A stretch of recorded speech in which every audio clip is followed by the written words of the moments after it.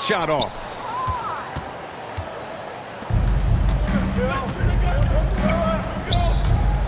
There's the drive. Rejected by Holmgren. Wow, I mean, the 7'6" wingspan coming in handy. Holmgren loves swatting away shots just like this. Now here's Curry. Williams defending. Just a bit of a rut here early, just 1 of 4 so far. Some solid defense from Williams. And coming off a major injury, Chet Holmgren was unbelievable in his first full season, Brent. Doesn't it feel like, B.A., he poured the concrete and a solid foundation for what his career is going to be all about? I mean, a terrific big with skill, size, toughness. The sky is the limit for this guy. Gilgeous-Alexander with a rebound. 1 for 5 out there, but no worries. Just keep attacking. Pass to Williams. Here's Hartenstein, and that one's good.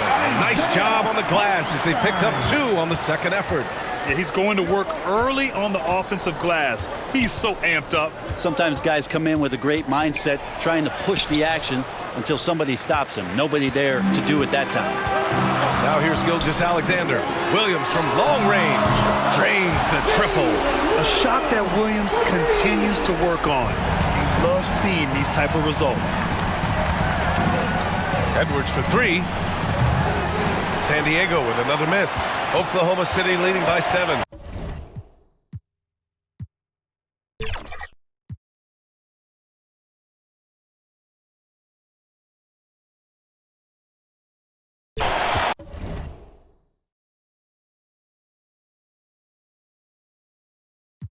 Walking, she gon' make you. I do damage, can't stand it. Psycho bandit, like it's Marilyn Manson. Got the cash advancing. Get the Sprite, pull the out the pantry. They fly, they looking dummy. I pop the. I look like a mummy. I'm getting this cash. It's Monday to Sunday. I guess you won't talk if it ain't about the money. My boys in the and they jump like a bunny. Got it ain't nothing funny. Up on the side and I keep it. If I gotta reach up, I'ma keep it. But it got a TV, hey. That boy like a BB, hey. How you won't see me, hey. Push it like seaweed, hey. Why you won't beat me, hey. When I'm creeping, hey. In the G, man, hey. Cause you saying I'm, hey.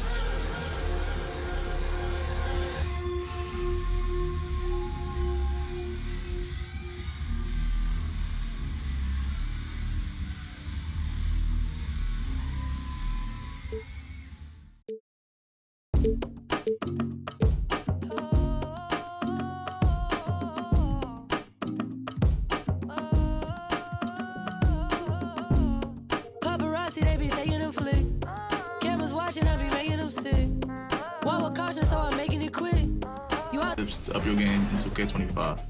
The first gameplay tip is switching. too often and you stay in a miss. When you popping it too often, that's the hate you can get. Now they saying they don't like me, how you hate from the bench. I'm the one to trend the topic, they replaying my hits. My face is legit, ain't score, but I'ma make this. I slide for my brothers, I slide and then I slide again. Yeah, look, if you don't love me, then just leave me, don't string me along and lie again. Yeah, paparazzi, they be flicking while I stay hating my mission. My operation is different, my compensation exquisite. Got a taste of commission, I couldn't wait for permission. They used to tell me no, I'm the one that made the decision. Big talker, big papa, I be doing the most. Rich watcher, get proper when I ride in a ghost. Big walker. Joined by Greg Anthony, Clark Kellogg, and David Aldridge, this is Kevin Harlan. And we'll be getting the inside story tonight. Shams Charania is joining us at the broadcast table. Shams, it is so great to have you by our side. Kevin, thank you so much. It's great to be here. I always love to follow the game, talk about the game. It should be a lot of fun tonight. You'll give great insight. We can't wait to get going. Last outing for the Clippers, they won that game against Sacramento. And just one look at the score tells you all you need to know. They were dominant in just about every area. Yeah, and that one, their intensity on the offensive end was not matched by their opponent. That led to some easy buckets. Yeah, you know, you can't allow them to get into a rhythm on offense. Once that happens, then you're in trouble. A look at San Diego. Oh, man. and leave it up to Morant to put on a show. What a spectacular dunk. Nice job capturing the moments on the AT&T 5G Slam Cam. And the Clippers getting that contract extension done with Coach Ty Lue. They've really invested in the future, haven't they, Sean? A nice, shiny new...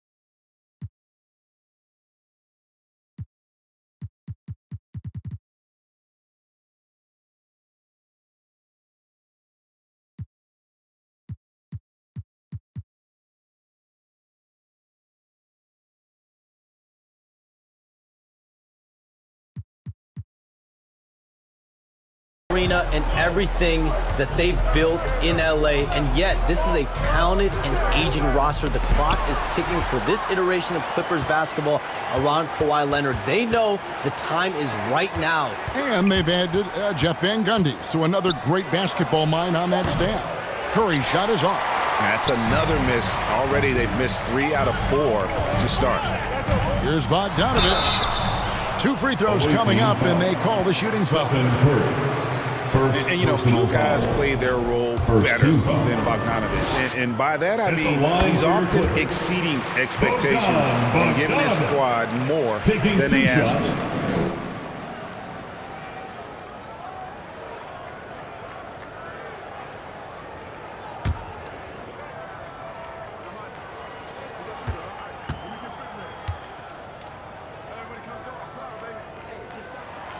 So after making the first, he goes 1 for 2. Now San Diego with it. When you look at the NBA, Shams, any changes you'd like to see? To me, it's having players stay healthy, right? I would love to have a rule that players just play and the top players are there playing the most meaningful moments of regular season games and allowing players to have freedom defensively. And the league can find plenty of other ways to discourage players, but to allow players to really be there in the big moments, to defend at a high level. And I would just love to have a healthy serum that we can spread around the league and keep these guys on the floor. I think here at the table, we're all nodding our heads, looking up and down. We all agree completely with what you're saying. And about 2 minutes played here in the first quarter. Here's Leonard, and Kawhi Leonard with the slam. Explosive move by Kawhi at the rim. The defense had no answer there. Wembanyama against Zubac. Wembanyama, no good. That's a surprise. I mean, really out of character for him to miss when the defense is not right up on him. Harden the pass to Leonard. It's good. The assist that time from Harden. Leonard's got 5 now. All the way to CBA introducing the second apron, limiting Shams what teams above the cap can do. How does that new rule affect teams? Decision makers tell me that they're very much keeping an eye on the second apron, not only of their team, but others, and teams that will have to shed salary because of the second apron and the amount of big contracts we're going to see teams give to players. You're going to see it at the top, but that may dwindle in the middle of their roster. We will see a more competitive league because of these new CBA changes and less of a chance of super teams and just more parity and dispersed talent. Do you constantly read over some of these CBA agreements? I would assume that you do to have a full understanding of terms like the apron, like we just talked about, or all the other things, the luxury tax, all the things that make deals possible. It's one thing to have luxury tax. It's a whole nother animal now to have the second apron. And that, certainly for teams that are deep in the second apron, that limits their ability to go make major trades, to be able to sign players for more than the minimum. And we're seeing that happen to at least 1 or 2 teams around the league right now. So how will that impact things? But certainly the CBA being 50, 60, 70 pages, that's something you pour through before every calendar year. It is just fascinating. And Simmons, he's checked in for Los Angeles. Jones comes in for Leonard. It's stolen by Edwards. First quarter of action, just under 3.5 minutes played. And Edwards slams it in. Defense gets burned by Edwards' ball handling ability. I mean, this guy's athletic and can really move. And here's Dunn. He'll bring it up for the Clippers. We have all these great foreign players. Maybe 3 of the top 5 players in the NBA are all foreign players, right? And so much was made of Anthony Edwards. Here's a 22-year-old American player who has maybe the charisma, the game, the everything you could package. It could be our next great player. Is there ever talk around the league about why are European players being so dominant? Where are the great young American players to compete against this great influx of international players? The grassroots programs, you have to look at what happens abroad and in the States. You have to give a lot of credit to the way that they develop players over in Europe. In any of those regions, they do a great job, and those players are hungry, they're driven, they're passionate. They're trying to get here to the States and play basketball at the highest level in the NBA. And you see at the amateur level, there can be a lot of fluidity, there can be a lot of flux. Players are given so much so soon in America. So to be able to have that chip on your shoulder, to have the passion, and to exude the confidence that Anthony Edwards has, the younger generation of players definitely have someone in Anthony Edwards to look up to. And here is San Diego now, following the miss by Chris Dunn. Morant, that's for 2. And Jones pulls it down. Boy, he knows he should have knocked that one down, especially with the defense not giving much of an effort.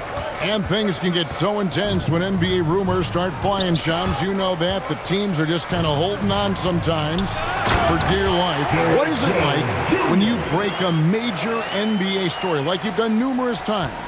It's like when your heart skips a beat, Kevin. It's like when you feel like you are in such a rush and there's a surge of excitement that hits every particle of your body. Every profession obviously has a big payoff, but everything happens so fast. But when it happens, it makes all the hard work worth it. But it certainly brings a great feeling, and I definitely get goosebumps to this day. You get goosebumps, but the hard work you put in to get that story, I know what you guys go through. It is amazing the hours you spend on it. 365, 24/7. A superstar level talent for sure. Anthony Edwards is awesome, but I like his competitive spirit as much as his skills. Now here's Jones. Coffee. Off the mark there with the 3-point shot. And they had some botched coverage that turned into no coverage. Here's Edwards, and Edwards slams it in. Boy, how about the strength of Edwards? Confident at taking on defenders and finishing.